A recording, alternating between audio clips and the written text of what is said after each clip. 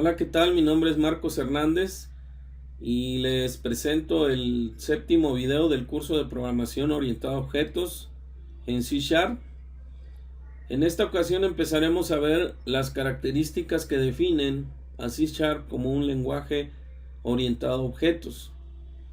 Vamos a ver las características que se definen para que un lenguaje sea orientado a objetos y vamos a ver cómo C Sharp maneja esas propiedades. La primera propiedad que les voy a hablar es la propiedad de modularidad. La modularidad nos indica que debemos de dividir a nuestro programa en elementos bien identificables y que se puedan construir para formar toda la solución. La modularidad en los lenguajes orientados a objetos se maneja a través de definir un elemento básico de programación que es el objeto, y a través de la definición de las características del objeto en la clase es como nosotros vamos construyendo módulos que están plenamente identificables, que están bien establecidos sus límites y que además tienen una forma para poderse conectar con otros objetos, que es lo que se conoce como interfase. Entonces, la parte de modularidad queda cubierta a través de la creación de las clases que representan nuestros objetos.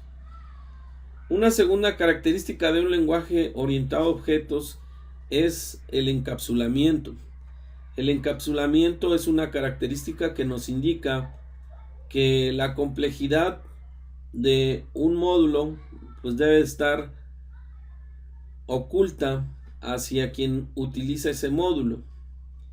Entonces, a través de los objetos nuevamente es como yo puedo generar toda la funcionalidad que está contenida dentro de ese objeto, y simple y sencillamente a través de la interfase pues se va a poder acceder a todas las características que el objeto tiene. Cuando nosotros creamos nuestro objeto en la presentación 5 del video anterior, trabajamos sobre un objeto de la clase empleados y creamos un objeto empleado. Si yo selecciono, escribo la variable empleado y le doy un punto, entonces ahí me aparecen todos los métodos y propiedades que tiene ese objeto, identificados con un icono diferente y con color diferente. Por ejemplo, los métodos están identificados con un icono de color morado y las propiedades con un icono de color azul. Esto que tenemos aquí es lo que representa la interfase de mi objeto. Es lo que yo puedo ver del objeto, es decir, estoy viendo un método que calcula salario, que tiene ciertos argumentos, tiene una propiedad de edad que es de cierto tipo y así sucesivamente. En el caso de calcula salarios no me interesa cómo el objeto calculó el salario. Yo como usuario de ese objeto pues obviamente no me interesa cómo calcula el salario. Simple y sencillamente le mando como argumento el número de días y automáticamente me regresa el resultado. Obviamente sí me interesó cómo se calcula el salario al momento de que yo creé la clase, pero para que yo la utilice, para que yo haga uso de esa clase, pues no me interesa el contenido. Entonces la definición de la interfase en una clase pues establece los elementos básicos que va a tener ese objeto para que yo pueda presentarlo a otros objetos y que lo puedan utilizar. En este caso, mi programa principal, que es el que está utilizando este objeto, y lo único que yo debo de ver es las características necesarias para que yo lo pueda utilizar. En el caso de calcula salario, en algún momento le tengo que indicar cuántos días voy a calcular, y entonces esa es una parte que sí me interesa y que se lo enviaré como argumento. En la definición de la clase yo he colocado algunas propiedades y algunos métodos, me voy a la clase y me doy cuenta de los elementos que he puesto, las propiedades que le puse un nombre de tipo string, un sueldo diario y una edad, el sueldo diario de tipo decimal y la edad de tipo int, y el método de calcula salario. Si nosotros creamos una interfase que define las características básicas para que yo haga uso de cada uno de los elementos del objeto, pues entonces podemos intercambiarlo y podemos aplicar el concepto de reuso. Pero cuando tengo interfaces que son muy dependientes, entonces sí tengo problemas. Aquí, por ejemplo, en el caso de las propiedades, estoy definiendo directamente cada una de las propiedades como públicas, y esto obviamente me va a afectar a mi interfase. Si yo hago un cambio en alguna de estas propiedades, entonces voy a afectar a todas las clases que están haciendo uso de mi objeto y tendrán que modificarse. Es por eso que cada uno de las propiedades de un objeto se recomienda que se identifiquen a través de accesores o de propiedades, métodos de propiedades que no accesan directamente a la variable del objeto, sino que lo hacen a través de métodos especiales que se llaman propiedades. Entonces, la recomendación aquí es que yo defina mis campos o mis variables internas de la clase privadas, y yo accese a esas variables privadas a través de lo que se llaman los properties o las propiedades.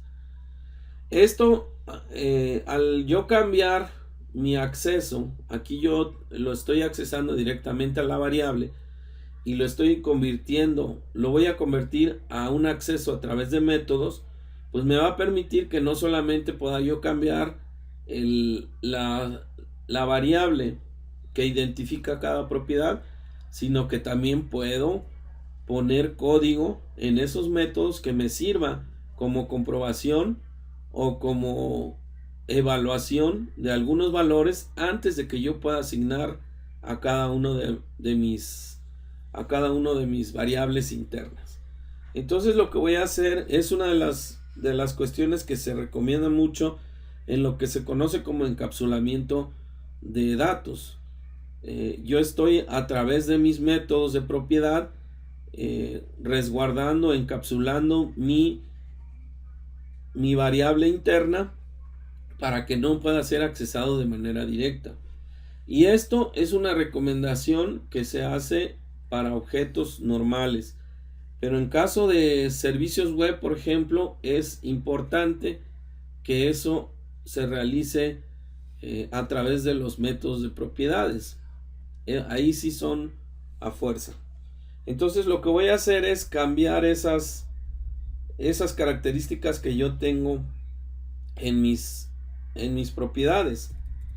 Entonces defino una variable privada que no le voy a llamar igual que el nombre, porque el nombre es el que ya está viendo mi otro programa como propiedad. Lo voy a guardar como un _nombre, y aquí yo puedo darle botón derecho y hay una opción en refactorizar que se llama encapsular campo.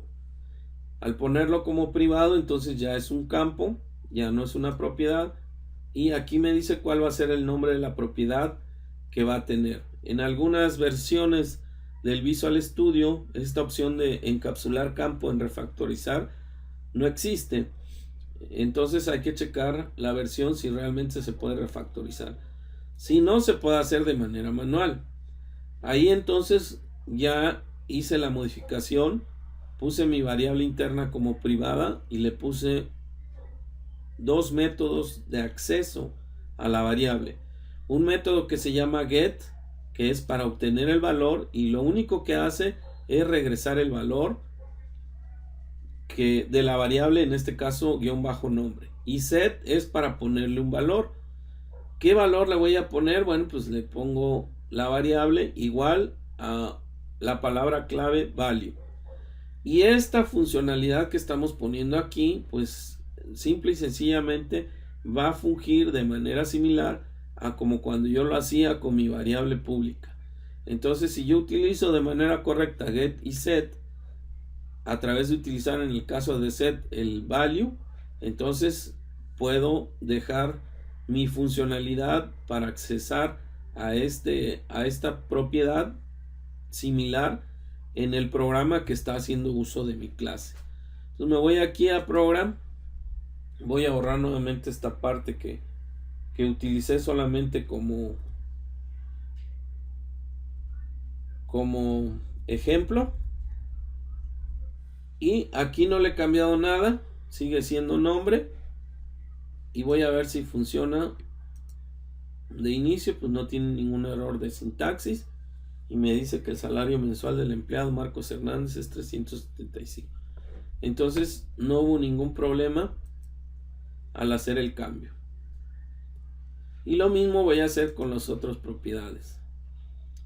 ¿Qué puedo hacer yo aquí en nombre? Pues bueno, yo puedo evaluar una condición, ponerle código, afectar algunas propiedades, afectar otros elementos quizás de la parte gráfica del que está presentando el nombre, la parte del formulario, la parte de la página web.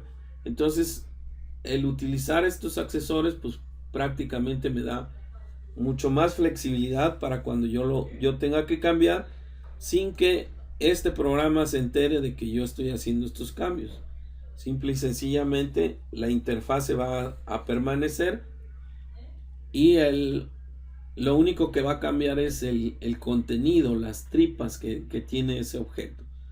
Lo mismo voy a hacer con sueldo, pero ahora voy a utilizar una facilidad que tiene el editor, que si yo escribo prop y le doy 2 veces la tecla tab, entonces me pone una propiedad.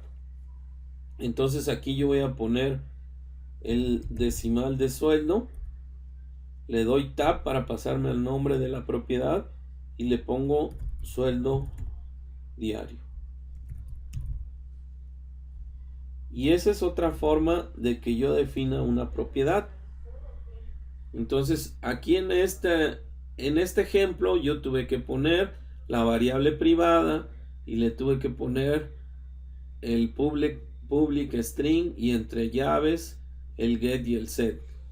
Y la otra forma es que de una vez yo le ponga el nombre de la propiedad, el get y el set sin ningún otro valor más que el puro nombre. Esto obviamente me limita a que no tengo forma de accesar a la variable privada, pero bueno, no es necesario. Yo puedo acceder a esa propiedad con el mismo nombre, ya sea internamente o externamente. Y es lo mismo que voy a hacer con edad. Le voy a poner un prop, doble tab, ahí es entero, le doy tab, edad,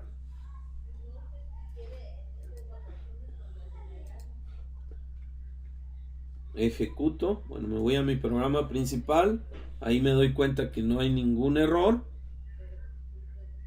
y le doy ejecutar y mi programa ejecuta correctamente. Esto, a pesar de que implica los accesorios, a pesar de que indica una mayor escritura, pues definitivamente establece una flexibilidad mayor en la interfase de mi clase. Por lo tanto, pues tiene muchas ventajas. Al momento de que yo esté definiendo mis objetos y después los tenga que cambiar, entonces va a ser mucho más complicado los cambios si no tengo accesorios de propiedad a mis variables que representan las características del objeto. Esa es la parte que se refiere al encapsulamiento.